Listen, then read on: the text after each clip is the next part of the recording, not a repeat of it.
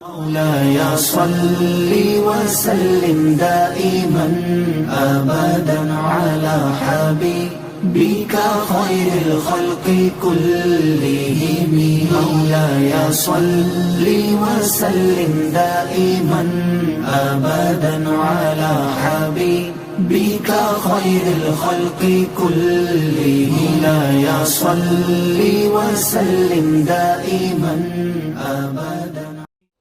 اعوذ باللہ من الشیطان الرجیم. بسم اللہ الرحمن الرحیم. لقد کان لکم فی رسول اللہ اسوۃ حسنہ لمن کان یرجو اللہ والیوم الآخر وذکر اللہ کثیرا. صدق اللہ مولانا العظیم. حضرات گرامی، سیرت رسول صلی اللہ علیہ وسلم کے حوالے سے ہم نے مسلسل گفتگو کی ہے. نبی اکرم صلی اللہ علیہ وسلم کی آمد کا تذکرہ کیا ہے، ان کے فضائل کی اپنی استطاعت کے مطابق بات کی ہے، ان کے پیغام کی بات کی ہے. تو یہ ذات رکھ لیجئے، ایک وجود ہوتا ہے جس کی سیرت پڑھی جاتی ہے، سیرت دیکھی جاتی ہے. بڑے لوگ وجود دنیا میں آئے جن کے حالات پڑھتے ہیں، سوانح نگاری پڑھتے ہیں، دیکھتے ہیں کہ وہ کب آئے، کیا کام کیا، کیسے رہے، ان کے حالات کیا تھے، تعلیمات کیا تھی. یہ ایک مطالعہ ہے جو تاریخ کرتی ہے. یہ تاریخ کا طالب علم ایسے مطالعہ کرتا ہے. آدم علیہ السلام سے شروع ہوا ہے اور آج تک کرتا جا رہا ہے. یہ ذکر ہوتا ہے ہر بڑے کا. اور یہ بھی بات یاد رکھیے کہ کسی کے نزدیک کوئی بڑا ہے، کسی کے نزدیک کوئی بڑا. جو اپنا بڑا سمجھتا ہے اس کا ذکر کرتا ہے، اس کی ثانی عمریوں کا ذکر کرتا ہے، حالات بیان کرتا ہے، فضائل بیان کرتا ہے اور ان کی تعلیمات کو دیکھتا ہے. کچھ لوگ وہ ہوتے ہیں جو بڑے ہو جاتے ہیں کہ اپنے بھی انہیں دیکھتے ہیں اور غیر بھی دیکھتے ہیں، کیونکہ ان کا زندگی پہ اثرات اتنے ہوتے ہیں دنیا پر کہ وہ اثرات مٹتے نہیں ہیں، لگاتار اثر جا رہا ہوتا ہے. اس لیے ایک تاریخ کا طالب علم جو صحیح طالب علم ہے، جو تاریخ کا درست مطالعہ کرنا چاہتا ہے، وہ ضرور دیکھتا ہے. مثلا دیکھیے، ایک انگریز ہے جو عیسیٰ علیہ السلام کو اپنا نبی مانتا ہے اور اپنی زندگی گزارتا ہے. ایک وہ ہے جو کسی کو بھی نہیں مانتا، وہ اپنی زندگی کے مطابق فیصلہ کرنا چاہتا ہے. جیسے کہ روس کے لوگ تھے کہ خدا کو بھی نہیں مانتے تھے، لیکن وہ بھی تاریخ پڑھتے تھے. تاریخ سے کوئی انحراف نہیں ہے، اور وہ دیکھتے تھے، پڑھتے تھے کہ ان میں کیا ہے کہ ایک وجود آیا، اس کا کتنا اثر ہوا، کتنی قوم نے اسے پسند کیا اور کتنی قوم پر آج تک اثرات جا رہے ہیں. تو حیرت ہے کہ کوئی ملک ہو، کوئی مذہب ہو، کوئی فرقہ ہو، کوئی قوم ہو، جس نے بھی تاریخ انسانی پڑھنے کی کوشش کی ہے، نبی صلی اللہ علیہ وسلم کو ضرور پڑھا. یہ کوئی مورخ ہی نہیں بنتا جب تک ان کی زندگی کو نہیں پڑھتا. یہ دیکھیے، اس لیے سیرت کی کتاب ہم ہی نہیں چھاپ رہے، یورپ سے چھپ رہی ہیں. وہ لکھ رہے ہیں جو مسلمان نہیں ہیں، لمبا لکھ رہے. ہندوستان میں لکھی گئی، ہندو لکھتے رہے. رسول اکرم صلی اللہ علیہ وسلم پر کئی کتابیں آئیں جو ہندو مصنف لکھنے والی. تو معلوم ہوا جتنا اثر زیادہ ہوگا اتنا مطالعہ زیادہ ہوگا، اتنا لوگوں کی توجہ زیادہ ہوگی. تو یہ توجہ تو ہر دور میں رہی. لیکن ایک سوال یہ ہے کہ مسلمان کی توجہ کس طرح ہے؟ کیا ایک تاریخ کی حقیقت سمجھتے ہوئے، کیا ایک اثر آفرین شخصیت سمجھتے ہوئے، یا کیا دنیا پہ بہت سے حصے پہ غالب آ جانے والے سپہ سالار سمجھتے ہوئے؟ آخر مسلمان کیوں دیکھتا ہے؟ کیا فرق ہے مسلمان کا مطالعہ کرنے میں اور ایک عیسائی کا رسول اللہ صلی اللہ علیہ وسلم کی زندگی کے مطالعہ کرنے میں؟ وہ ایک بڑا وجود سمجھ کے دیکھتا ہے، ہم انہیں رسول سمجھ کے دیکھتے ہیں. فرق بنیادی ہے۔ اور رسول وہ جو ہماری زندگیوں کے رہنما ہیں کہ ہم نے زندگی کا جو کچھ بھی کرنا ہے ان سے دیکھ کے کرنا ہے۔ اس لیے جو مطالعہ ان کے لیے ضروری نہیں ہے ہمارے لیے ضروری ہے، جو چیزیں ان کے لیے نہیں ہیں، وہ جنگ دیکھتے ہیں کہ جنگ کیسے لڑی، سپہ سالار کیسے ہوئے، وہ دیکھتے ہیں حکمرانی کیسے کی ہے، وہ دیکھتے ہیں کہ لوگوں پر غلبہ کیسے پایا ہے، سلوک کیسا تھا، معاشرت کیسی تھی، معیشت کے حالات کیا تھے، وہ دیکھتے ہیں۔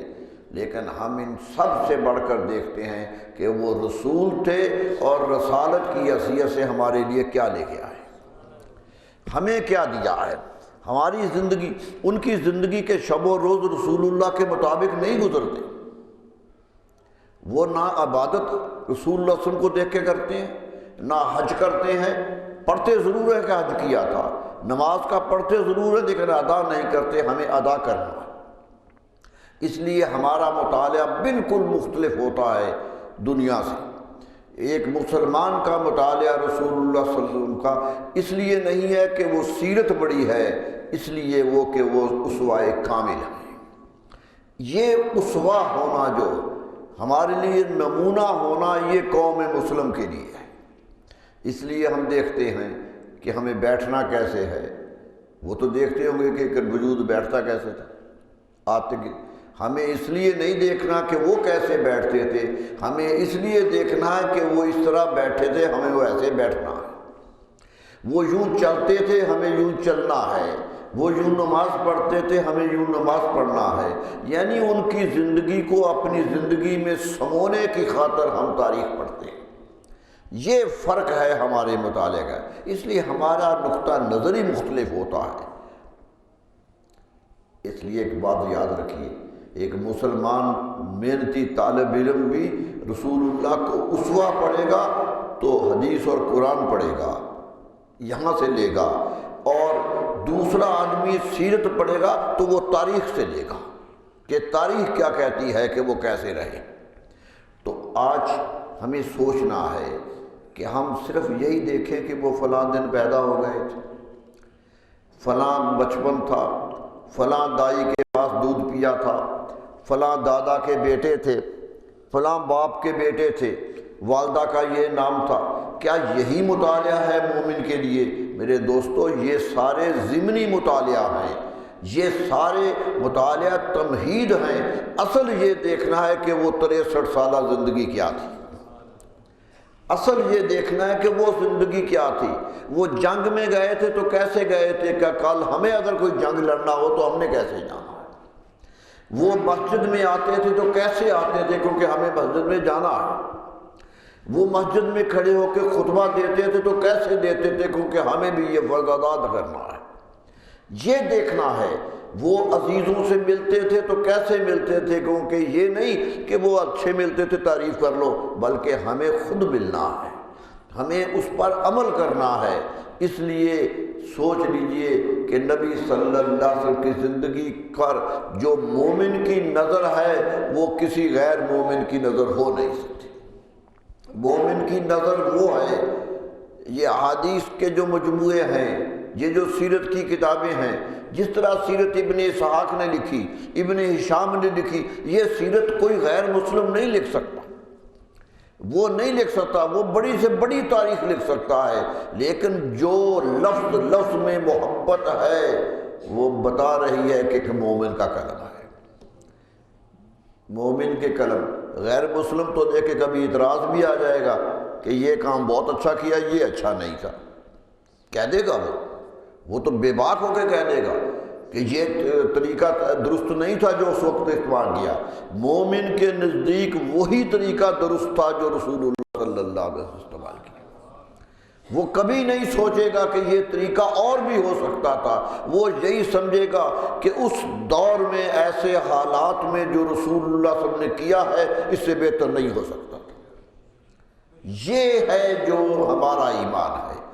اس لیے ہم ان کی شخصیت کو، ان کے وجود کو بڑی محبت و عقیدت سے ایمان لا کے پڑھتے ہیں۔ ایک ایمان لا کے پڑھنے والا ایک ایمان نہ لانے والے سے مختلف وجود دیکھتا ہے۔ وہ انہیں اپنا آقا و مولا دیکھتا ہے، اپنا رسول دیکھتا ہے، اور ان کے شخصیت کو پوری کائنات کے لیے امام دیکھتا ہے۔ یہ نہیں کہ اچانک ہو گیا کہ کوئی بہت بڑے حملے کر دیے اور فلاں ملک فتح کر دیے، یہ نہیں دیکھتا۔ وہ ملک فتح نہ بھی کرتے، وہ اپنے لشکر بار نہ بھی بھیجتے، مومن کے لیے پھر بھی وہی وجود اسوا تھا۔ قرآن نے کہا مومنو یاد رکھو تمہارے لیے میرا رسول نمونہ ہے، فی رسول اللہ اسوۃ حسنہ۔ یہ بھی نہیں کہا کہ ایک وجود ہے دیکھ لو ان کی چیزیں پسند، جو مجبوری ہو جو کام کرنا ہو ان کو دیکھ کے کر لو۔ فی رسول اللہ قرآن کہہ رہا کہ رسول اللہ کا وجود ایسا وجود ہے کہ جو کچھ تمہیں چاہیے اسی وجود میں ہے، جو کچھ تمہیں معلوم کرنا ہے اسی وجود کی طرف دیکھو، فی رسول اللہ ہے۔ اور یہ بھی نہیں کہا کہ وہ نمونہ تھے، فرمایا اسوہ حسنہ تھے۔ جو انہوں نے کیا، جس دور میں کیا، جیسے کیا، اس سے بہتر ممکن نہیں تھا۔ اگر کوئی سمجھے کہ بہتر ممکن تھا تو وہ رسول اللہ پر ایمان نہیں لا رہا، وہ ایمان میں کمزور ہے، کیونکہ جو انہوں نے کیا، قرآن نے تو اسوہ حسنہ کہہ دیا کہ حسین ترین جو نمونہ ہو سکتا تھا وہ میرے رسول کا ہے، ان سے بہتر کوئی نمونہ نہیں ہو سکتا۔ جنگ ہوئی تھی، لوگوں نے بھی جنگیں جیتی ہیں، بہت لوگوں نے جنگ عظیم جیتی ہے، برطانیہ نے دنیا پوری جیت لی تھی، لیکن جنگ عظیم میں مومنوں کے لیے نمونہ نہیں ہے، ایک چھوٹی سی جنگ بدر میں نمونہ ہے۔ دیکھنا یہ ہے کہ وہ 313 کیسے لڑے تھے اور لڑانے والا کون تھا، سپہ سالار لشکر کون تھا، کس طریقے سے لڑایا۔ زندگی جب تک ایک مومن زندگی کا یوں مطالعہ نہیں کرے گا وہ فیض حاصل نہیں کر سکتا۔ فیض لینے کے لیے، رسالت کی روشنی لینے کے لیے اسے ضروری ہے کہ عقیدت مندی سے ہر عمل کو، جو بھی عمل کیا، گھر سے نکلے کس دن نکلے، کیسے نکلے، کیا ہتھیار پہن کے نکلے، اس دور میں اس سے بہتر نہ وہاں تھا نہ قیامت تک بہتر ہو سکتا ہے۔ وہی ہے جو سب کے لیے نمونہ ہے۔ اس لیے ہمارے کچھ مورخین جو اس واقعی تلاش کرتے ہیں وہ رسول اللہ کے واقعات کو اس نمونے کے طور پہ لیتے ہیں، یہ پڑھتے ہیں۔ یہ بڑے خوش قسمت لوگ ہوتے ہیں جو ان کے نمونوں کو رسول کامل کے نام سے لکھا لوگوں نے کہ رسول تھے، کامل تھے، ان سے بہتر کوئی چیز ہو نہیں سکتی۔ میرے دوستو ہمیں یہ مطالعہ کرنا ہے۔ دیکھ لیجیے زندگی کو، ہم کرتے ہیں، دیکھتے ہیں، پیدا ہونے سے لے کر دنیا سے جانے تک 63 سال کا ایک ایک دن گن لیجیے، ایک ایک دن جیسے وہ 63 سال گزارے گئے تھے کائنات میں کسی نے نہیں گزارے، جیسے ان کا بچپن تھا کسی کا نہیں، جیسے ان کا لڑکپن تھا کسی کا نہیں، جیسے وہ جوانی چڑھے تھے کیسے نہیں۔ یہی نمونہ ہے ہر جوان کے لیے، ہر بچے کے لیے، ہر بوڑھے کے لیے، ہر نماز پڑھنے والے کے لیے، ہر زکوٰۃ دینے والے کے لیے، ہر آنے والے کے لیے، ہر سلام کرنے والے کے لیے، ہر جواب دینے والے کے لیے، سب کے لیے نمونہ ایک ہی ذات ہے۔ تو میرے دوستو کبھی سوچا کرو کہ ان وجود میں کیا تھا۔ بچپن تھا، دے دیا مائی حلیمہ کو پالنے کے لیے، عرب کا رواج تھا، دے دیا۔ یہ رواج عرب کا کیوں تھا، کس لیے تھا، اس کی بہت سی توجیحات ہو سکتی ہیں، یہ بہت سی کیفیات ہو سکتی ہیں کہ اس لیے دیا کہ زبان اچھی ہو جائے۔ ہمارا ایمان ہے کہ ان کی زبان سے بہتر کسی کی زبان نہیں تھی، وہ جو بولتے تھے آج تک جائز نے لکھا حدیث کا ایک جملہ 14 صدیوں میں بدلا نہیں جا سکا، جہاں جو جملہ کہہ دیا وہی آخری تھا۔ تو کس لیے سیکھنے جانا تھا، ایک صحرا میں کیوں جانا تھا زبان سیکھنے کے لیے؟ سوچئے تو صحیح، زبان کہتے جی صحت اچھی ہو جاتی تھی، صحرا میں گئے تھے کہ صحت بڑی اچھی ہے، ماحول بڑا اچھا ہوتا ہے۔ میرے دوستو وہ تو ماحول اپنا خود لے کے آئے تھے، وہ تو خود لے کے آئے تھے۔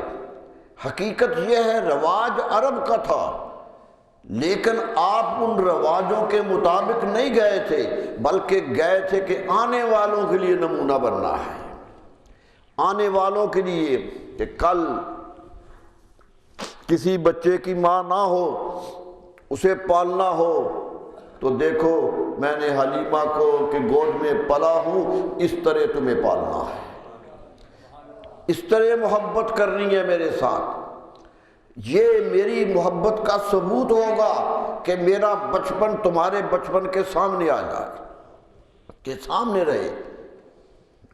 کیا کیا تھا انہوں نے، اور میں نے اپنی ماں سے کیسے پیار کیا ہے۔ وہ میری ماں نہیں تھی، دودھ پلایا تھا، لیکن میں نے جو پیار کیا ہے ہر آنے والے نسل کے ہر جوان کو سبق دیا کہ جس کا دودھ پیا جائے اسے یوں پیار کیا جاتا ہے، اس کی قدر و قیمت یوں کی جاتی ہے۔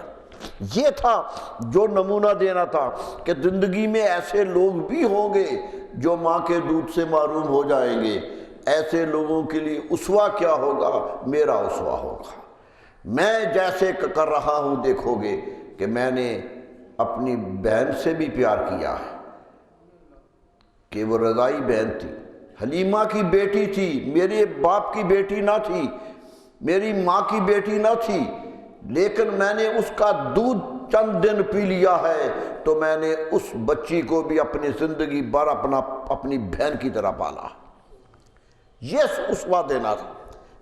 باپ کو باپ سمجھا ہے، بھائی کو بھائی سمجھا ہے، قبیلے کی عزت کی ہے، پوری عمر میرے زبان سے ایک لفظ اس قبیلے کے خلاف نہیں نکلا، حتیٰ کہ جنگ بھی ہوئی ہے، جنگ بھی لڑی گئی ہے، اسلام کی جنگ ہوئی ہے، وہ لوگ جنگ کرنے بھی آئے تھے، خوازن کا قبیلہ، بنو سعد کا قبیلہ جنگ لڑنے بھی آیا تھا، بہت بڑی جنگ بھی ہوئی تھی، قیدی بھی ہوئے تھے، مسلمانوں کا نقصان بھی ہوا تھا۔ اس لیے جذباتیت ہوتی ہے۔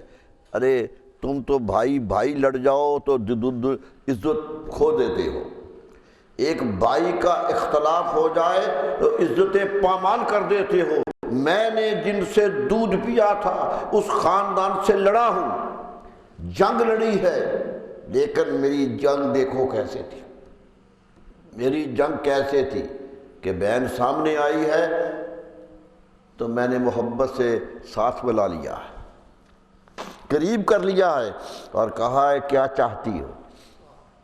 سوچو دشمن کی بیٹی سے کبھی یوں پوچھا جاتا ہے؟ دشمن کی بیٹی کی عزتوں کو پامال کرنے کے لیے تو قومیں تیار ہوتی ہیں، وہ میرے دشمن کی بیٹی بن کے آئی تھی، لیکن میری نسبت تھی، میں نے اس نسبت کا پاس کیا کہ پوچھا کیا چاہتی ہو؟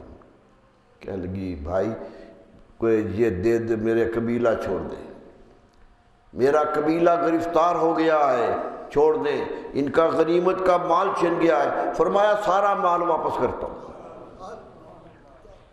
جنگ کے نتیجے میں مال چھینا گیا تھا، جنگ ہوئی تھی۔ آج تو ایک ملک کا ایک ٹکڑا قبضہ کر لیا جائے تو صدیوں جنگ ہوتی رہتی ہے، واپس نہیں کرتے۔ فرمایا سب کچھ واپس کر دو۔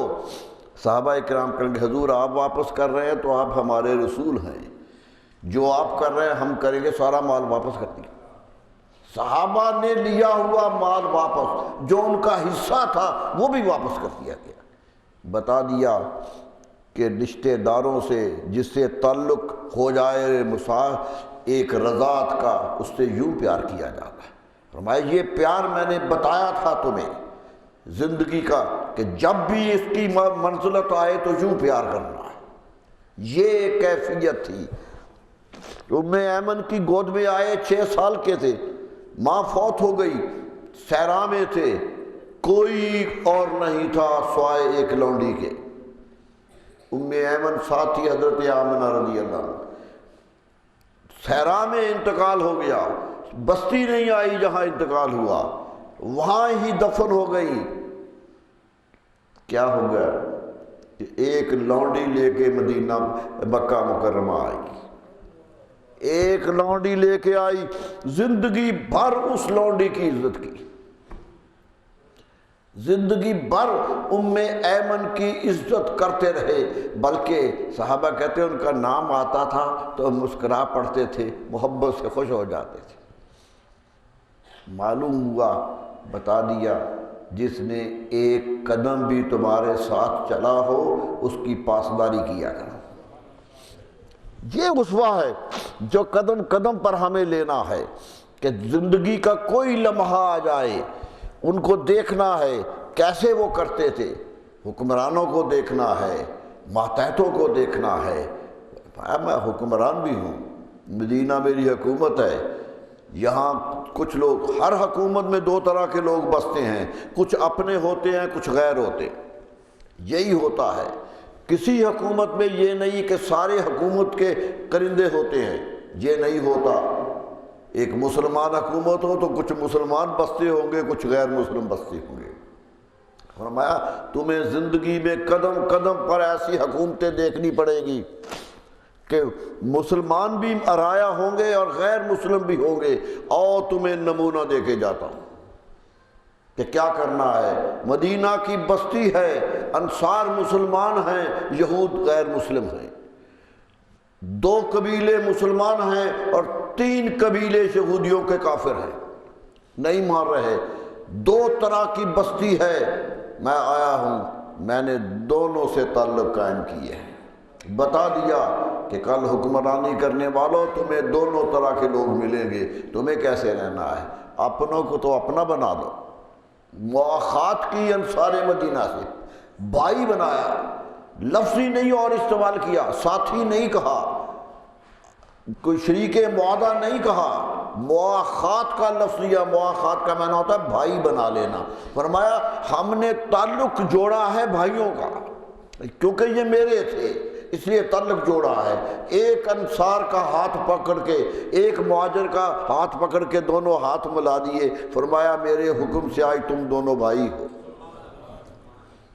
آج اس بنیاد پہ نہیں لڑو گے، اور تاریخ گواہ ہے، تاریخ آج تک گواہ ہے کہ مکہ کے مہاجرین اور مدینہ کے انصار کے درمیان کوئی جدال نہیں ہوا، کوئی اختلاف نہیں ہوا، یہاں تک کہ رسول اللہ صلی اللہ علیہ وسلم دنیا سے گئے، حکومت لوگ سوچتے ہیں بڑوں کا حق ہوتا ہے، انصار زیادہ تھے، تعداد ان کی زیادہ تھی، گھر ان کے تھے، مہاجرین تو باہر سے آ کے ٹکے تھے، لیکن کیا کیا؟ ایک ہی حکم مانا، مہاجرین نے بھی مانا اور انصار نے بھی مانا کہ میرے رسول صلی اللہ علیہ وسلم کہہ گئے تھے کہ یہ جو قریش میرے ساتھ آئیں گے امیر ان میں سے ہوگا۔ الائمۃ من قریش حدیث دے گئے تھے، انصار مدینہ نے ایک جگہ نہیں کہا کہ ہمارا حق ہے۔ سب سے پہلے حضرت صدیق اکبر کی بیعت کرنے والے سردار مدینہ تھے، آگے آئے تھے۔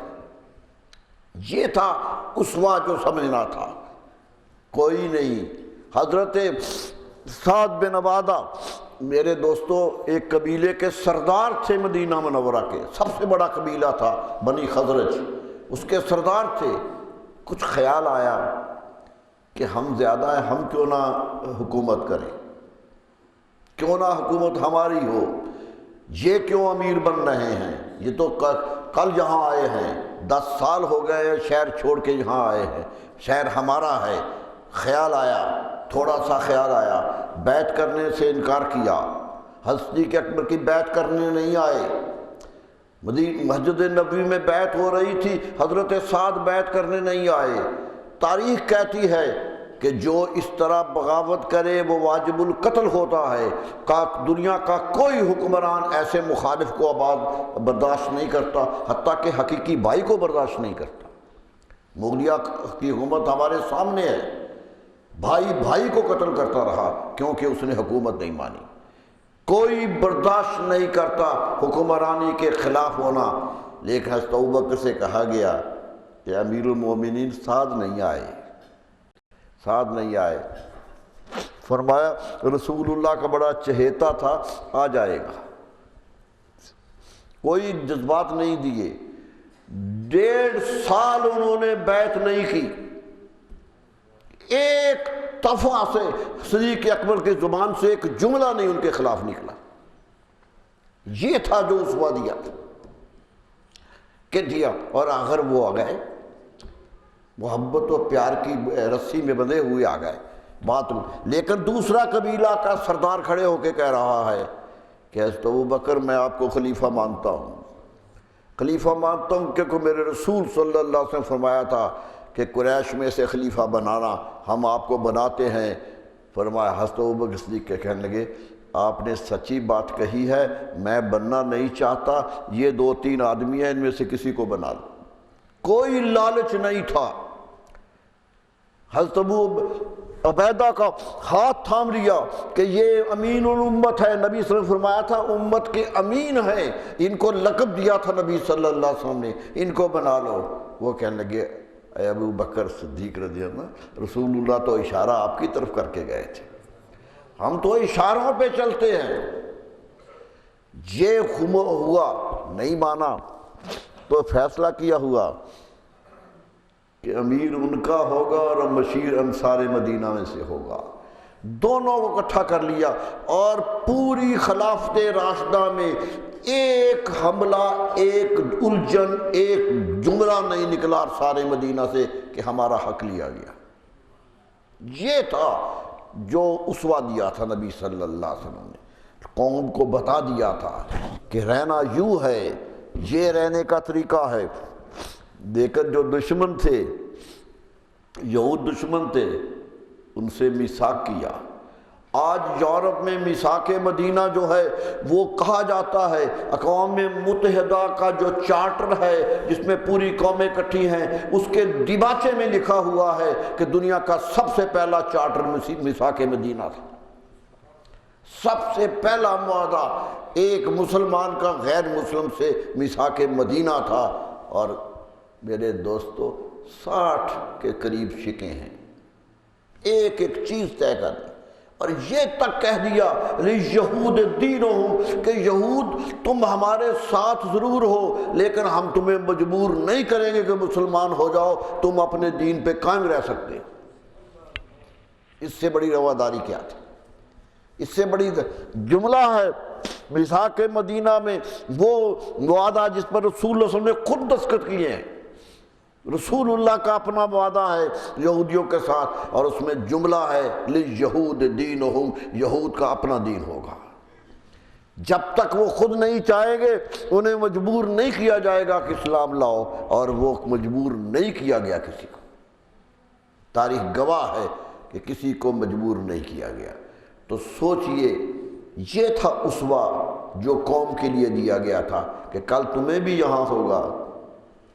سوچ لیجئے پاکستان بنا تھا، یہاں بھی 2 ہی گروہ تھے، ایک انصار تھے جہاں کے رہنے والے تھے، ایک مہاجر آئے تھے۔ مدینہ کی بستی بنی تھی، یہ مدینہ منورہ کی طرح بستی بنی تھی کہ کچھ مہاجر باہر سے آ گئے تھے، کچھ یہاں کے رہنے والے تھے، ان کا تعلق جوڑنا تھا تو اسوہ رسول سامنے رکھنا تھا۔ جب تک وہ تعلق نہیں جڑا تو فساد دیکھ لیجئے جو ہو گیا، کیا ہوا ہے۔ اللہ اللہ۔ والد گرامی علیہ رحمہ کہا کرتے تھے کہ کوئی کلیم نہیں لیا گیا تھا، کسی مہاجر سے نہیں پوچھا گیا تھا کہ کتنی جائیداد چھوڑ کے آئے ہو، اس کے متعلق جائیداد لے لو۔ مدینہ منورہ میں آئے تھے مکہ کے رہنے والے، کسی سے کلیم نہیں لیا گیا کتنی جائیداد، بڑے بڑے امیر چھوڑ کے آئے تھے جائیداد۔ حضرت صدیق اکبر تو بہت امیر لوگوں میں سے تھے، جائیدادیں چھوڑ کے آئے تھے، کوئی نہیں پوچھا گیا۔ حتیٰ کہ مکہ فتح کر لیا تو پھر بھی نہیں کہا کہ اپنے گھروں میں واپس چلے جاؤ، چھوڑ دیا ہے تو چھوڑ دیا ہے۔ یہ اللہ کا دین۔ فرمایا من کان ہجرتہ الی اللہ ورسولہ فہجرتہ الی اللہ ورسولہ، بخاری کی پہلی حدیث کہ جس نے ہجرت اللہ اور رسول کے خاطر کی ہے وہ یقین کرے اس کا بدلہ بھی اللہ اور رسول سے لینا ہے، دنیا سے نہیں لینا، دنیا سے نہیں لینا ہے۔ اگر یہ کرتے ہم، آج کا مورخ پاکستان کی تاریخ لکھنے والا کہتا ہے کہ پاکستان میں بے ایمانی اور جھوٹ بولنے کی ابتدائی کلیم سے ہوئی ہے۔ کہ جھوٹ بولنا. 2 مرلے کا مکان چھوڑنے والوں نے 2 کنال کا بتایا، جھوٹ تو وہیں سے شروع ہو گیا تھا. تو کہا رسول اللہ صلی اللہ علیہ وسلم نے ایسے جھوٹ کی طرف جانے نہیں دیا. نہیں، خود مکہ فتح کر کے آئے. 2 مکان تھے نبی صلی اللہ علیہ وسلم کے، ایک وہ جہاں پیدا ہوئے تھے اور ایک حضرت خدیجہ الکبریٰ کا مکان جو کعبہ کے ساتھ جڑا ہوا تھا. جہاں مروہ پہاڑ جب ختم ہوتا ہے صحیح واپس ہوتی ہے، اس کے پیچھے جو مکان تھا وہ حضرت خدیجہ الکبریٰ کا تھا، اور آپ نے پوری زندگی وہاں گزاری ہے. اسی زندگی میں پیدائش کی جگہ تو آج بھی حاجی دیکھتا ہے کہ یہ جگہ جہاں پیدا ہوئے تھے وہاں لائبریری ہے. آج بھی لوگ دیکھتے ہیں کہ یہ جگہ تھے جہاں نبی صلی اللہ علیہ وسلم پیدا ہوئے. وہ نہیں رہی ہے. حضرت خدیجہ کا مکان کعبے کے اندر داخل ہو گیا ہے، توسیع کے اندر آ گیا ہے، لیکن وہاں رہے نبی صلی اللہ علیہ وسلم. مکہ فتح ہوا، کوئی نہیں کہا یہ میرے اپنے مکان میں گئے بھی نہیں. کیوں؟ کہ گیا تو لوگ کہیں گے یہ رسول اللہ کا مکان ہے. اور میں نہیں، چھوڑ دیا ہے تو چھوڑ دیا ہے. ہجرتہ الی اللہ و رسولہ، فرمایا یاد رکھو ہجرت اللہ اور رسول کی خاطر کیا کرو. تمہیں لے جا کے مکہ سے مدینے میں بسایا تھا، سمجھ لو اس نئی بستی کو پاکستان کہتے ہیں. یہ تھا جو پاکستان بنانا تھا، ہم نہیں بنا سکے. آج تباہی اور بربادی کا سارا سامان وہاں سے شروع ہو گیا. میرے دوستو، اسوہ رسول جب تک مومن کی زندگی میں نہیں آئے گا کوئی بلا نہیں آئے گا، کوئی بلا نہیں آئے گا. پوچھا گیا حضرت ابوبکر سے کہ تمہارا مکان کہاں تھا؟ وہ تو مکان رسول اللہ نے دیکھا بالا تھا، وہاں تو بار بار آئے تھے مکے کی زندگی میں. حضرت فاروق اعظم کا مکان، حضرت عثمان غنی تو امیر ہی بہت تھے، دولت ہی بڑی تھی ان کے پاس، سردار تھے. غنی ان کا لقب ہے کہ امیر ہونا تو اس ان کی شناخت ہے آج تک، لیکن نہیں کچھ کیا. معلوم ہو گیا کہ انہیں رسول اللہ صلی اللہ علیہ وسلم کا اسوہ یاد تھا رسول اللہ صلی اللہ علیہ وسلم کا اسوہ. کیا دیتے تھے نبی صلی اللہ علیہ وسلم؟ خیرات کرتے تھے تو انہیں محسوس ہو گیا کہ خیرات کیسے کی. حضرت مدینہ منورہ حدیث میں آتا ہے مدینہ منورہ میں قحط پڑ گیا. اتنا قحط ہو گیا کہ کھانے کو گندم نہیں مل رہی تھی، آٹا نہیں مل رہا تھا. حضرت عثمان رضی اللہ عنہ نے پیسے بھیج کے عراق بھیجے آدمی کے گندم لے کے آؤ. اونٹوں کے اونٹ بھرے ہوئے آئے، بے تحاشا گندم آئی. لوگ مدینے والے خوش ہو گئے کہ عثمان غنی رضی اللہ عنہ بلائے، ہمیں آٹا مل جائے گا، کھانے کو مل جائے گا کہ بھوک ہے. آیا لینے آئے لوگ کہ حضور یہ کتنے کی دینی ہے؟ آپ نے منگوائی ہے تو 10 گنا قیمت بتائی، جتنے کی خریدی تھی 10 گنا بتائی. جو ریٹ پہ خرید کے لائے تھے 10 گنا بتایا. سارے حیران ہو گئے کہ اتنا ریٹ کون دے گا، اتنے تو پیسے ہی نہیں ہے ہمارے پاس. آتے تھے ریٹ سن کے واپس چلے جاتے تھے. ماجوس سے سارے کے سارے کہ کیا ہو گیا ہے. رات کو خبر ہوئی کہ عثمان ان سے مفت بانٹ رہے ہیں. صحابہ دوڑے ہوئے آئے، پوچھا ہم تو لینے آئے تھے، آپ 10 گنا قیمت بتاتے تھے. فرمایا میں نے تو 10 گنا لگائی تھی، جس نے دے دیا اس کو دے دی ہے. جس نے کہا ہے کہ فَلَهُ عَشْرُ أَمْثَالِهَا کہ ایک نیکی کرو گے تو 10 گنا دوں گا، میں نے اس کے ہاتھ بھیج دی. یہ تھا جو اسوہ تھا ان کے سامنے. اسی اسوہ پہ زندگی گزاری تھی.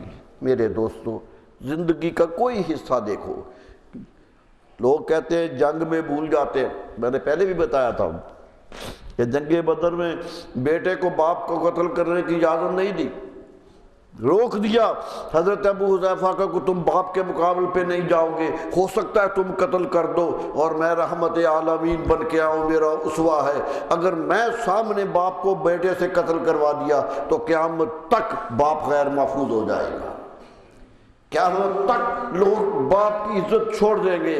میں نے کافر باپ کی بیٹے سے عزت کروا کے آنے والی نسلوں کو بتا دیا ہے کہ باپ محترم ہوتا ہے، باپ عزت والا ہوتا ہے. یہ کیفیت تھی میرے دوستو۔ کیا ہوا؟ نمونہ کیا میں نے بھی ایک جگہ عرض کیا تھا، بڑی علمی محفل تھی، میں نے کہا ثبوت تو دیکھو نبی صلی اللہ علیہ وسلم 6 ہجری میں، 6 ہجری تھی، حدیبیہ ہو گئی تھی، یہ آخری مارکا تھا، اس کے بعد مکے والے مدینے پہ حملہ نہیں کرنے آئے۔ 5 ہجری جنگ خندق آخری جنگ تھی، 6 کو صلح حدیبیہ ہو گئی، اور آپ نے پھر خط لکھے بادشاہوں کو، ملک کے دنیا کے بادشاہوں، عرب کے باہر خط لکھے کہ اسلام لے آؤ۔ اسلام اب آفاقی ہو گیا تھا، یہ دن آ گئے تھے کہ مکے سے باہر نکلے اسلام۔ خط لکھے، بہت خط لکھے، اور عجیب بات ہے، ایک قسمت کی مومنوں کی بات ہے کہ وہ خط سارے کے سارے موجود ہیں، حتیٰ کہ وہ خط بھی موجود ہے جو رسول اللہ جس پہ دستخط کیے تھے، وہ اصل خط بھی موجود ہے۔ کہ اصل خط ہرکل مصر کے ساتھ آج بھی موجود ہے لندن کی لائبریری میں، اور اس کی تصویریں آتی ہیں کہ یہ خط تھا۔ حضور صلی اللہ علیہ وسلم کے زمانے میں جو لکھنا تھا پتہ چلتا کیسے لکھا جاتا تھا۔ قدرت نے کہا کہ ہم نے تو نبی کا کوئی چیز ضائع نہیں ہونے دی۔ مکتوب لکھتے تھے، 6 خط لکھے، علامہ طبری کہتے ہیں کہ 6 خط ایک ہی دن میں لکھے۔ شاہ شام کو بھیجا، شاہ ایران کو بھیجا، شاہ مصر کو بھیجا، عمان کو بھیجا، مختلف شہر جتنی حکومتیں پاس تھیں سب کی طرف خط لکھے، اور 6 سفیر مقرر کیے کہ لے کے جاؤ۔ 6 سفیر مقرر کیے، 6 کے نام آج بھی تاریخ میں موجود ہیں، خط بھی موجود ہیں تو نام بھی موجود ہیں۔ یہ 6 تو بڑے نمایاں خط ہو گئے، ورنہ خط تو بہت ہیں نبی صلی اللہ علیہ وسلم۔ علامہ طبری کہتے ہیں ایک دن میں کہا جاؤ لے کے خط، تم ادھر جاؤ، تم ادھر جاؤ، تم ادھر جاؤ، بھیجے 6 کے 6 خط۔ طبری کے الفاظ ہیں، سب سے بڑا مورخ ہے، 30 جلدوں میں تاریخ اسلام لکھی، 30 جلدیں ہیں اس تاریخ کی، سب سے پہلا مورخ ہے، ہر ایک نے اسی سے بات لی ہے۔ امام طبری بہت بڑے امام، بہت بڑا نام، قرآن کی تفسیر لکھی وہ بھی 30 جلدوں میں، تفسیر طبری بھی 30 جلدوں میں، تاریخ طبری بھی 30 جلدوں میں۔ بتا دیا ہمارے پاس علم اتنا ہے، یہ ہے آدم علیہ السلام سے شروع کر کے رسول اللہ صلی اللہ علیہ وسلم کے 302 ہجری تک تاریخ ہے، 302 ہجری تک آدم علیہ السلام سے شروع کیا۔ اتنا بڑا مورخ، وہ لکھتے ہیں 6 ہجری کا واقعہ لکھتے ہیں کہ 6 ہجری میں نبی صلی اللہ علیہ وسلم نے 6 سفیر بھیجے، مسجد نبوی سے خود رخصت کیا کہ جاؤ بادشاہوں کی طرف میرا پیغام دے کر۔ طبری کے الفاظ ہیں کہ جب وہ سفیر نکلے مسجد نبوی کے دروازے سے تو ان کی حالت کیا تھی؟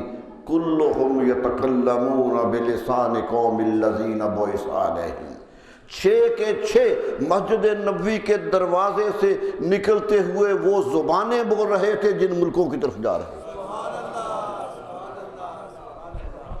میرے دوستو سوچئے تسی کیا اسوہ دیا تھا کہ کل تمہیں سفیر بھیجنا ہے تو زبان سکھا کے بھیجو، اس قوم کی زبان نہ آئے تو سفارت کیا کرو گے، اس قوم کی زبان نہ آئے تو گفتگو کیسے کرو گے، کسی ترجمان سے گفتگو کراؤ گے تو وہ کیا ہوگا؟ فرمایا 6 کے 6، سوچئے کچی مسجد ہے، پانی ٹپکتا ہے، ریت ہے زمین پہ، سجدہ کرتے ہیں تو ماتھوں کو ریت لگتی ہے، کیا جگہ تھی، کچا مکان، کچی مسجد، لیکن کہاں یونیورسٹی بن گئی کہ 6 زبانیں سکھا دی، 6 زبانیں۔ آج تو بڑی بڑی یونیورسٹیاں 6 عالم اس طرح بھیج نہیں رہی ہیں۔ اسلام آباد میں گورنمنٹ پاکستان نے یونیورسٹی بنائی، لینگویج لیب بنائی، نمل یونیورسٹی ہے، بہت بڑی یونیورسٹی ہے جہاں زبانیں ہی سکھائی جاتی ہیں مختلف، اس لیے سکھائی تھی کہ سفیر سیکھ کے جائیں، اور فوجی سیکھ کے جائیں جب دوسرے جنگ میں جائیں، لیکن ان کی کارکردگی کیا ہے وہ آپ کے سامنے ہے۔ اور مدینہ منورہ کی مسجد نبوی کی کچی عمارت کی کارکردگی کیا ہے یہ بھی ہمارے سامنے بھیجا ہے۔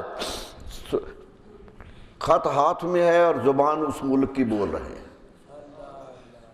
گئے ہیں، ایران جانے والا فارسی بولتا ہوا جا رہا ہے، مصر جانے والا قبطی بولتا ہوا جا رہا ہے، روم جانے والا رومن بولتا ہوا جا رہا ہے۔ بتا رہے ہیں کہ یہ مکتب رسالت ہے، یہ رسول اللہ کا مدرسہ ہے، دیکھو کیا نکلتا ہے یہاں سے۔ اور وہ گئے ہیں تو پھر کیا ہوا ہے؟ تاریخ گواہ ہے جو کچھ ہوا ہے۔ حضرت حاتم بن ابی بلتا مصر گئے تھے، یہ صحابی رسول صلی اللہ علیہ وسلم مصر بھیجے گئے تھے، بہت اچھی گفتگو کرنے والے تھے۔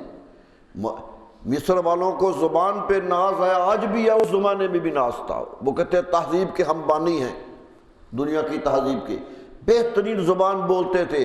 حضرت حاتم بن ابی بلتا شاہ مقوقس کے دربار میں گئے ہیں، بادشاہ مصر کے دربار میں گئے ہیں، گفتگو کی ہے، گفتگو ختم کی ہے تو بادشاہ حیرت سے دیکھ رہا ہے کہ یہ سفیر کیسا آ گیا ہے، حیرت سے دیکھ رہا ہے۔ اور آخر پہ ایک جملہ کہا کہ انتا حکیم وجیت من عند حکیم، ارے آنے والے تو عقل مند لگتا ہے، تو حکمت والا لگتا ہے، اور جس نے تجھے بھیجا ہے وہ بھی حکمت والا۔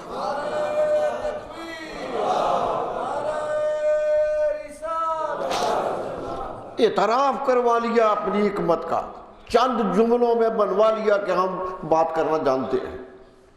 یہ تھی، یہ تو نہیں ہوگا کہ سعودی عرب میں سفیر بیٹھا ہو پاکستان کو عربی کا لفظ ہی نہ جانتا، یہ تو اسوہ نہیں دیا تھا نبی صلی اللہ علیہ وسلم، یہ تو نمونہ نہیں دیا تھا، دیا تھا کہ حکومت بھیجو تو اسے زبان سکھا کے بھیجو۔ میں نے سکھائی ہے، چاہے روم کے پاس حضرت وہب گئے، ابن منبہ گئے، 6 فٹ اونچا قد ہے، مورخین لکھتے ہیں جب وہ چلتے تھے سورج میں تو ان کے رخساروں سے سورج چمکتا ہوا نظر آتا ہے۔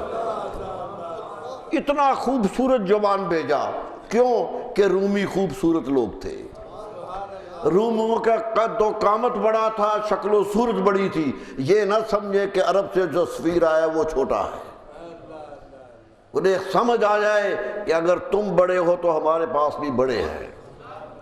یہ ہے سفارت، یہ ہے طریقہ دنیا میں رہنے کا۔ اور کیا ہوا؟ شاہ مقوقس نے کیا کیا؟ وہ تو حکمت کا اعتراف کر رہا ہے، شاہ روم کہہ رہا ہے، اپنے پادریوں کو بلا کے کہہ رہا ہے کہ یہ خط آیا ہے، یہ خط آیا ہے، میں نے اس کو دیکھ لیا ہے، یقین رکھو تم مانو یا نہ مانو ایک دن اس خط لکھنے والے کا قدم اس تخت پہ آئے گا۔ اعتراف کر رہا ہے کہ خط کے تیور بتا رہے ہیں۔ کیا کہا تھا کہ عظیم الروم، روم کے عظیم بادشاہ کی طرف بھیج رہا ہوں، من محمد الرسول اللہ، محمد اللہ کا رسول صلی اللہ علیہ وسلم خط لکھ رہے ہیں، اور عظیم القبط اور روم کے بادشاہ کے نام پہ لکھ رہے ہیں، اسلم تسلم۔ پہلا جملہ یہ ہے، اسلام قبول کر لو امن میں رہو گے، اور تمام ملک کا اجر بھی تمہیں ملے گا، کیونکہ بادشاہ مسلمان ہو جائے، نیک ہو جائے تو قومیں نیک ہو جایا کرتی ہے، اور اگر تم ایمان نہ لائے تو تجھ پر پوری قوم کا گناہ بھی تجھے گردن پر ہوگا۔ ایک جملہ تہدید کا تھا، ایک ترغیب کا تھا۔ یہی ہے ترغیب و تحریب بھی زندگی میں کام کرتی ہے۔ میرے دوستو پڑھیے گا، دیکھیے گا کہ خط کے جملے بتا رہے ہیں۔ آج خط الحمدللہ چھپ گئے، خط چھپ گئے، کتابیں آ گئی خطوں پر، نبی صلی اللہ علیہ وسلم کے تقریباً سینکڑوں خط چھپ گئے، اور اصل خط موجود ہیں۔ اصل خط میں نے بھی کچھ لوگوں کو دیے تھے لا کر، وہاں سے اسلام آباد سے لایا تھا میں، کہ اصل خط یہ ہے اس خط کی نقل جو رسول اللہ صلی اللہ علیہ وسلم نے نکل رہا تھا۔ یہ عبارت یہ خط تھا، اس طرح لکھا گیا تھا خط۔ میرے دوستو زندگی سوچئے کیا اسوہ دے کے گئے تھے، 63 سال زندگی کا ایک ایک لمحہ اسوہ بن گیا تھا کہ صدیوں جیتے رہو گے تو میرے اسوے کے دائرے سے نہیں نکل سکو گے، جب بھی تمہیں ضرورت ہوگی تو مڑ کے میری طرف دیکھو، وہیں سے سب کچھ ملے گا۔ یہ کیا، حیرت ہوئی۔ ایک عجیب بات بتاؤں، رسول اللہ صلی اللہ علیہ وسلم نے ایک صحابہ کو حکم دیا کہ زمین سے کچھ جو لگان لیتے ہیں، جو زمین کا معاوضہ لیتے ہیں، اس کا حساب لگاؤ کہ کس زمین سے کتنا لینا چاہیے۔ کچھ زمینیں زیادہ پیدا کرتی ہیں، کچھ کم پیدا کرتی ہیں۔ ظلم نہ ہو جائے لوگوں پر کہ ایک ہی طرح کا ٹیکس لگا دو، فیصلہ کرو۔ صحابہ نے کہا حضور حکم دیجئے کیسے کریں؟ فرمایا میں تمہیں مقرر کرتا ہوں کہ ایک ایک علاقے میں جاؤ، زمین کاشت کرو، اس کی فصل دیکھو، اس کی برداشت دیکھو، اور پھر اندازہ لگاؤ کہ اس سے کتنا لینا ہے۔ مقرر کیا۔ تبوک کے علاقے میں حضرت عبداللہ بن رواحہ رضی اللہ عنہ کو بھیجا گیا۔ شاعر ہیں، پڑھے لکھے ہیں، رسول اللہ صلی اللہ علیہ وسلم سے پیار ہے، جنگ موطا میں شہید ہو گئے ہیں، سپہ سالار کے طور پہ شہید ہوئے۔ رسول اللہ صلی اللہ علیہ وسلم نے پہلے خبر دے دی کہ عبداللہ شہید ہو جائیں گے۔ حضرت عبداللہ بن رواحہ گئے تبوک کے علاقے میں تخمینہ کاری کی، مالیہ وصول ہونا شروع ہو گیا۔ نبی صلی اللہ علیہ وسلم خود تبوک میں گئے۔ جب تبوک پر خود گئے تو لوگوں نے بڑے مدھم لفظوں میں شکایت کی کہ حضور ہم پر ٹیکس زیادہ ہے، ہمارا اتنی فصلیں نہیں بوتی ہیں، اتنی کاشت نہیں ہوتی جتنا لیا جاتا ہے۔ آپ نے یہ نہیں کہا کہ میرا بڑا صحابی تھا جس نے یہ فیصلہ کیا تھا، یہ حکومت کی ریٹ ہے کہ حکومت کا حکم ماننا چاہیے، میں حکم کا حکم دے رہا ہوں تمہیں، نہیں، یہ ہے رحمت للعالمین۔ فرمایا پھر حساب کر لو، پھر حساب کر لو۔ لوگوں نے کہا جی پھر حساب کر دیں۔ فرمایا نہیں، کسی سے نہیں کرواتا، خود کرتا ہوں۔ تاریخ کہتی ہے کہ منجنیق جریب اپنے ہاتھ میں پکڑ کے ماپنے لگ گئے۔ یہ بتایا کہ حکمرانی کرنے والوں یہ اصول ہوتے ہیں۔ خود جریب لے کے ناپا، اندازے لگائے، فصلیں پوچھی، اور فیصلہ ہوا کہ کچھ زیادہ ہے، 20 وسق کے قریب زیادہ لیا گیا ہے۔ حکم دے دیا کہ جتنے سالوں سے اس سے زیادہ لیا گیا ہے قوم کو واپس کر دیا گیا۔ یہ ہے حکمرانی، جو اسوہ دیا تھا حکمران کو کہ یوں حکومت کی جاتی ہے۔ کوئی عزت کا مسئلہ نہیں بنایا، کوئی وقار کا مسئلہ نہیں بنایا۔ کیوں کہ حکومتیں تو ہوتی لوگوں کے لیے، حکومتوں کا تو مقصد ہی قوم کی فلاح ہوتا ہے۔ اگر قوم بد دلی سے دے تو لینے کا فائدہ کیا؟ وہ لوگ جو خوش دلی سے لے کر آئیں، اور اس طرح سہولت و خوش دلی کے نبی صلی اللہ علیہ وسلم کے زمانے میں زکوٰۃ لینے کے لیے لوگ نہیں جاتے تھے، مسجد نبوی میں خود آتی تھی، خود آتی تھی۔ انہیں خبر تھی یہ جو جائے گی یہ قوم پر استعمال ہوگی، ایک قوم پر استعمال ہوگی۔ میں نے آپ کو بتایا تھا کہ امام حسن رضی اللہ عنہ چھوٹے سے تھے کہ صدقات آ گئے، مسجد نبوی میں ڈھیر لگ گیا، کھجوریں تھی اس میں کچھ جو صدقے پہ آئی۔ امام حسن چھوٹے سے آگے بڑھ کے کھجور پکڑ کے منہ میں ڈال لی۔ بچہ چھوٹا ہے، سوچ لیجئے 9 سال کی عمر سے جب نبی صلی اللہ علیہ وسلم دنیا سے چلے گئے، 5-6 سال کا بچہ ہے جس نے پکڑ کے منہ میں کھجور ڈال لی ہے۔ نبی سے فرمایا اے حسن یہ تیرے لیے نہیں تھی، یہ تیرے لیے نہیں تھی۔ صحابہ کہتے ہیں ہم حیران رہ گئے کہ حضور نے اپنی انگلی منہ میں ڈالی اور اندر گئی ہوئی کھجور کو باہر نکال دیا۔ فرمایا نہیں، میں قوم کا سرمایہ ناحق استعمال نہیں کرنے دوں، میرا نواسا ہے یہ صدقہ نہیں کھاتا ہے اس لیے نہیں جانے دوں گا۔ صدقہ نہ کھانے کی عظمت ثابت کر دی اور قوم کو اعتماد دلا دیا کہ تمہارا سرمایہ ناجائز جگہ نہیں جائے گا۔ یہ تھا جو اسوہ دیا ہمیں۔ میرے دوستو نہ حکومت وہ کرتی، نہ عوام وہ کرتے، نہ تاجر وہ کرتے تھے۔ نبی صلی اللہ علیہ وسلم بازار میں گئے تو ایک ڈھیر لگا ہوا تھا دانوں کا، بیچ رہا تھا۔ آپ قریب سے گزرے، اس نے سلام کیا، آپ نے آگے بڑھ کر ہاتھ اس میں ڈال دیا، اندر تک دے گئے ہاتھ۔ صحابہ نے کہا حضور کیا؟ فرمایا میں دیکھنا چاہتا ہوں کہیں اندر سے یہ گیلا تو نہیں ہے، غلط کاشت تو تجارت تو نہیں ہو رہی ہے۔ یہ تھا اسوہ جو دیا تھا میرے دوستو۔ کیا نہیں دیا اس محسن عالم نے حساں، کیا کیا نہ دیا انسانوں کو، دستور دیا، منشور دیا، کچھ راہیں دی، کچھ موڑ دیے، سب کچھ دے کے چلے گئے، سب کچھ دے۔ قیامت تک قوم کی ضرورت جو بھی ہوگی وہ میرے رسول کی زندگی میں موجود ہے۔ آئیے ان کا مطالعہ یوں کریں، یوں پڑھنے کی کوشش کریں کہ وہ یہ تھے رسول اکرم صلی اللہ علیہ وسلم، یہ زندگی میں یہ گزرتے تھے، سائے سے نہیں گزرتے تھے۔ ایک ہی بات کہہ کے اجازت چاہتا ہوں کہ تقویٰ کا روح پیدا کر دی، کہ یہ نہ ہو کہ کوئی کہے تم نے غلط کیا ہے، تمہارا اپنا ضمیر کہے۔ تم لاؤ، امام ابو حنیفہ علیہ رحمہ بیٹھے بچوں کو پڑھا رہے تھے، ایک بوڑھی عورت آئی، ضعیف سی غریب سی عورت تھی، آ کے کہنے لگی حضور ایک فتویٰ پوچھنا ہے۔ آپ نے کہا کیا ہے؟ کہتی جی میرا ایک چھوٹا سا مکان ہے، میرا کوئی کمانے والا نہیں ہے، میں چرخہ کاٹ کے اپنا گزارا کرتی ہوں، چرخہ کاٹتی ہوں اور وہ کسی کی مزدوری پہ کاٹتی ہوں، دے دیتی ہوں اور کچھ پیسے آتے ہیں تو گزارا کرتی ہوں۔ آپ نے کہا بڑی محنت کی بات ہے۔ کہنے لگے نہیں، ایک مسئلہ پیدا ہو گیا ہے، قریب مکان ہے، وہ اونچا ہے، اس کے اندر شمع جلتی ہے تو اس کی روشنی میرے سین میں پڑتی ہے، روشنی میرے سین میں پڑتی ہے۔ میرے دل میں خیال آیا کہ پیسے تھوڑے ہوتے ہیں، رات کو روشنی میں بیٹھ کے چرخہ چلا لوں، تو میں نے رات کو اس روشنی میں چرخہ چلا کے کچھ کمایا ہے۔ امام فتویٰ دیجئے وہ جائز ہے یا نہیں ہے، فتویٰ دیجئے وہ جائز ہے یا نہیں۔ آپ نے فرمایا تیرے لیے جائز نہیں ہے۔ مرید حیران ہو گئے، شاگرد حیران کہ حضور یہ کون سی بات ہے؟ شریعت تو فقہ تو کہتی ہے کہ زائد جس کی چیز ہو وہ استعمال میں کرنا جائز ہے۔ کسی کی روشنی باہر گر رہی ہے، کوئی کھڑا کتاب پڑھ رہا تو جائز ہے کہ اس کی جو زائد چیز ہے اس کا عمل وہ کر سکتا ہے۔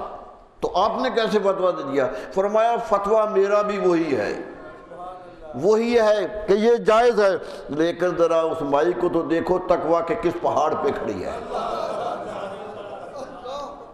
کس تقویٰ پہ کھڑی ہے، اتنی متقی ہو گئی ہے تو اسے نہ اس پر اٹھا رہو، اسے اسی پہاڑ پہ رہنے کا۔ یہ تھی جو تمیز پیدا کی تھی، یہ دیا تھا۔ میرے دوستو آئیے رسول اللہ صلی اللہ علیہ وسلم کی زندگی کا مطالعہ کریں، ایک ایک جگہ دیکھیں، کوئی قدم دیکھے اس میں دیکھے کہ ہمارے لیے کیا ہے، ہمیں کیا دیا تھا، اور کوشش کریں اس طرح عمل کرنے کی۔ کامیاب ہی کامیاب ہے، زندگی ملے نہ ملے آخرت تو تمہاری ہے۔ اللہ تعالیٰ نیکی کرنے کی توفیق عطا فرمائے۔ وآخر دعوانا الحمدللہ رب العالمین۔ مولاي صل وسلم دائما أبدا على حبيبك خير الخلق كلهم مولاي صل وسلم دائما أبدا على حبيبك خير الخلق كلهم مولاي صل وسلم دائما أبدا